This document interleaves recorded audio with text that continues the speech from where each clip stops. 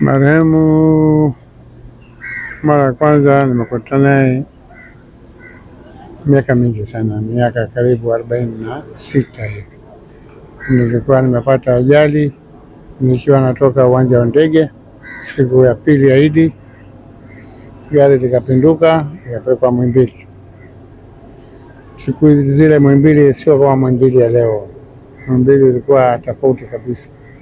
Lakini daktari ambaye alikuwa anajulikana ni bingwa siku zile alikuwa ni marehemu Sarungi. Kwa yeye ndio nikavunjika mifupa miwili mgongoni hapa. Sasa yeye ndio akawa daktari wangu ananitibu. Baadaye ikatokea tu, hiyo ilikuwa kabla mimi sijaingia Simba.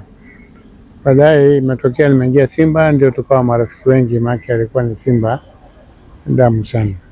Kwa hiyo tulikuwa tunaona naye, tunazungumza, tunaangalia. Baadaye nahisi na akawa ameteuliwa kuwa waziri au alikuwa katibu mkuu sijui.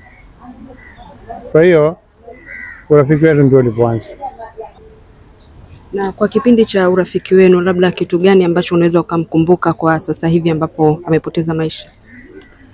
Unajua tunasikitika, sio kwa ajili alikuwa ni rafiki yangu au alikuwa na rafiki. Tunasikitika kwa ajili alikuwa ni binadamu mzuri ambaye anaweza kuwasaidia watu wengi, ameondoka. Kwa hiyo ndio kinachofanya tuumie zaidi.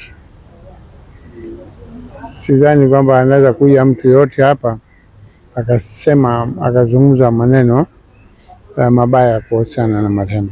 Kila mtu atakuja kuzungumza, mtu mcheshi, mtu inaweza kuwa mnaenda mahala, lakini akija yeye kila kitu kinaanza kuwa na uhai. Kwa hiyo watu kama hao ni wachache ambao wanapatikana. Labda mara ya mwisho ulikutana naye lini ama ulizungumza naye lini? Kwa kweli nikamwambia na mama watoto wake kwamba nasikitika kwamba sijakuja hivi karibuni. Lakini kama tungekuwa tunajua kwamba ni karibuni mtu ataondoka, basi huwa tunaenda kumwangalia, lakini mimi nimeona kabla ya miaka 3. Kwa hiyo miaka 3 ni muda mrefu. Kwa urafiki inatakiwa ukutane naye angalau kila miezi 3 mara moja. Lakini nasikitika kwamba nimeshindwa kumwona kwa muda kidogo. Pamoja na kwamba yeye ulikuwa rafiki yake, vipi kuhusu familia yake? Nayo pia ulikuwa karibu nayo? Ndio, tulikuwa. Maana unapokuwa mimi mtu tofauti kidogo, huwa rafiki yangu, urafiki wangu sio kwa mtu kwa mtu. Urafiki wangu ni kwa mtu na familia yake. Kwa wale watu ambao wananijua wanajua kwamba huwa siishi kwenye urafiki, lakini tunakuwa tunajali vile familia.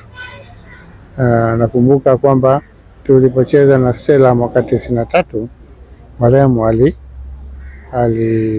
alisikitika sana.